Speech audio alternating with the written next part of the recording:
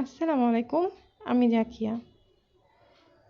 আজকে যে কাজটি আপনাদের সামনে নিয়ে এসেছি সেটি হচ্ছে একটি জর্জেট কাপড়ের উপরে কাজটি করা হয়েছে।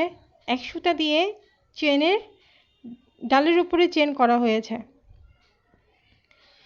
এটি বগুড়ার একটি আপুর কাজ। আপু খুব নর্মাল একটি কাজ চেয়েছিলেন। তো শাড়িটি যখন কমপ্লিট হয়েছে শাড়িটি অসাধারণ দেখতে হয়েছিল। তো আমি বেশি কাজ জানি না, অল্প কিছু কাজ জানি, তবে ভালো কাজ করার চেষ্টা করি।